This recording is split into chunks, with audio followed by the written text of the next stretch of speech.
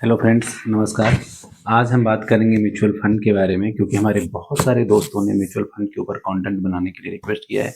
तो आइए फ्रेंड्स, शुरू करते हैं कि म्यूचुअल फंड का फंडा कैसे काम करता है और हमें किस किस कैटेगरी में म्यूचुअल फंड में निवेश करना चाहिए। फ्रेंड्स, म्यूचुअल फंड का जो दो कॉन्सेप्ट ज़बरदस्त तरीके से काम करता है, वो एक है एनएवी और दूसरा है आपका कंपाउंडिंग। कंपाउंडिंग दोस्तों वो जबरदस्त चीज है कि आपको सुन करके ही मजा आ जाएगा। सपोज करके म्यूचुअल फंड में आप 15 साल के लिए एक लॉन्ग टर्म का प्रोस्पेक्ट लेकर के चल रहे हैं और आपका सिप का अमाउंट मंथली जो है वो सिर्फ 5,000 का है। तो 15 साल में 5,000 के हिसाब से आपका 9 लाख रुपए का अप्रॉक्सीमेटली निवेश होगा। और 15 साल में अगर हम 15% का ग्रोथ लेकर के चलें, जो कि एक लॉन्ग टर्म में 15% पॉसिबल है एसेट्स क्लास में, तो आपको अराउंड 34 लाख रुपीस का रिटर्न मिलेगा। यानी कि 9 लाख के कैपिटल पे 34 लाख रुपए टोटल। तो आप सोच सकते हो कि कंपाउंडिंग कितना जबरदस्त तरीके से काम करता है। दूसरा फ्रेंड्स, एनएबी का कॉन्सेप्ट। एनएबी वो यूनिट होता है जो आपके मंथली एसएपी में परचेज होता है। फॉर एग्जाम्पल, आपका 5,000 रुपये मंथली सिप लगता है, तो आपको कुछ एनएबी अलॉट होते हैं। उस एनएबी को आपको मंथली मिलता है, तो वो डिफरेंट डिफरेंट प्राइस में मिलता है। इस महीने का एनएबी आपका कुछ और होगा, अगले महीने का एनएबी कुछ और होगा, अगले साल का कुछ और होगा। तो प्राइस भी अलग होंगे, तो उसका एक एवरेज प्राइस निकल करके आता है। और जिस तरह से आज के टाइम में जियो पॉलिटिकल काम कर रहा है, जिस तरह से एक दूसरे कंट्री में कन्फ्लिक्ट्स हैं, टैरिफ है या ट्रेड वॉर है, इससे मार्केट बहुत बार नीचे जाता है और बहुत बार ऊपर जाता है। तो उसका एडवांटेज आपको बहुत ज़बरदस्त तरीके से मिलता है, क्योंकि जब आपका मार्केट नीचे जा रहा होता है तब भी आपको हर महीने एनएवी मिलती है, और जब मार्केट स्टेबल रहता है, कम परफॉर्म करता है, उस टाइम पे भी आपको एनएवी मिलती है, और जिस टाइम मार्केट भागता है उस टाइम पे भी आपको एनएवी मिलता है।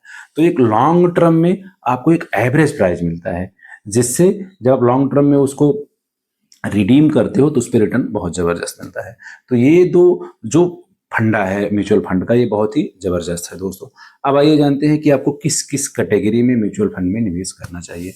फ्रेंड्स, सबसे पहले आपका कुछ परसेंट जाना चाहिए लार्ज कैप में, क्योंकि लार्ज कैप उन कंपनियों का कॉम्बिनेशन है जो देश की सबसे बड़ी कंपनी है। जैसे आपका रिलायंस हो गया, टाटा हो गया, टीसीएस हो गया, एचडीएफसी, एसबीआई, इन सभी निफ्टी में जो टॉप 50 रजिस्टर्ड कंपनी है, उनके कॉम्बिनेशन का आपको एनएवी मिलता है एसएपी सिप के जरिए। तो ये लॉन्ग टर्म इन कंपनियों का विजन होता है, सस्टेनेबल ग्रोथ है, प्लान करके चलते हैं, साथ में के साथ इनमें स्टेबिलिटी है। इनका जो बिजनेस है वो मल्टी कंट्रीज में बिजनेस है, कि अगर एक किसी कंट्री में इनका बिजनेस अच्छा परफॉर्म नहीं करेगा तो दूसरी कंट्री में अच्छा बिजनेस परफॉर्म करेगा। तो ओवरऑल इनका बहुत ही लॉन्ग विजन है, सॉलिड ग्रोथ है, तो इसमें आपका एक पोर्शन निवेश का होना ही होना चाहिए। और अगर इनमें से कोई एक कंपनी अच्छा नहीं भी परफॉर्म करेगी तो दूसरा कंपनी अच्छा परफॉर्म करके उसको फुलफिल कर देता है, क्योंकि म्यूचुअल फंड में आपका एक ग्रुप ऑफ कंपनी में पैसा निवेश होता है, ना कि एक कंपनी में होता है। तो कुछ पोर्शन आपका लार्ज कैप में होना चाहिए दोस्तों। उसके बाद में कुछ पोर्शन आपका होना चाहिए मिड कैप में।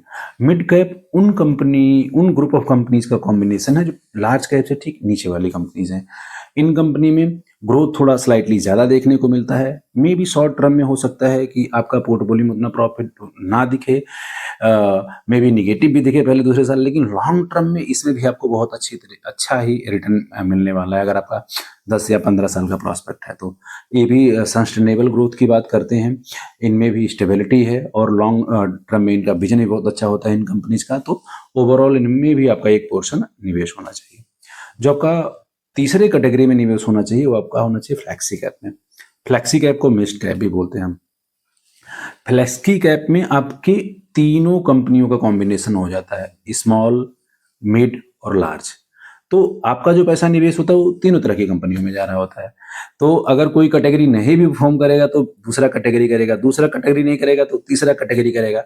मतलब आपने हर तरह से हथकंडे लगा रखे हैं, तो आपका पैसा लॉन्ग टर्म में ग्रो होगा ही होगा। तो आपका कुछ पोर्शन स्मॉल कैप में भी जाना चाहिए। स्मॉल कैप का जो ग्रोथ का रेशियो हो वो मिड और लार्ज से स्लाइटली थोड़ा ज़्यादा ही होता है, थोड़ा रिस्की भी होता है शॉर्ट टर्म में, लेकिन लॉन्ग टर्म में इसमें भी आपको रिटर्न अच्छा खासा देखने को मिल जाएगा दोस्तों। तो आप बात करते हैं इन कैटेगरी में आपका कितना कितना पैसा होना चाहिए। अगर लार्ज कैप की बात करें तो ये लॉन्ग विजन रखते हैं ये ऑर्गेनाइजेशन, और इनमें स्टेबिलिटी है और ग्रोथ अच्छा है, तो इसमें अप्रॉक्सीमेटली आपका 45 से 50% आपका पैसा लार्ज कैप में लगाना बहुत ही अच्छा रहेगा।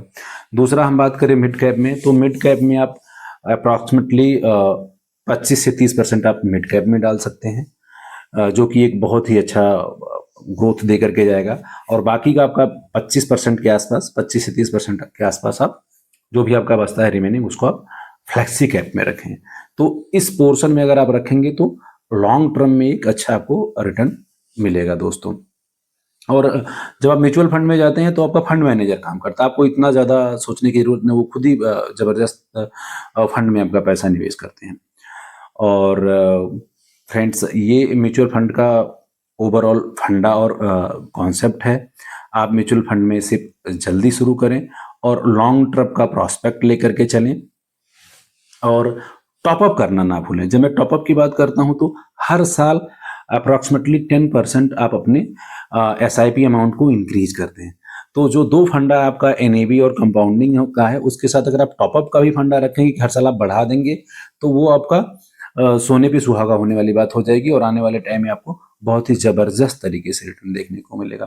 तो दोस्तों, आज के इस म्यूचुअल फंड के कॉन्सेप्ट में बस इतना ही। मिलते हैं नेक्स्ट वीडियो में। जय हिंद। अगर हमारा वीडियो आपको अच्छा लगे तो लाइक करें, शेयर करें और सब्सक्राइब करें। Thank you.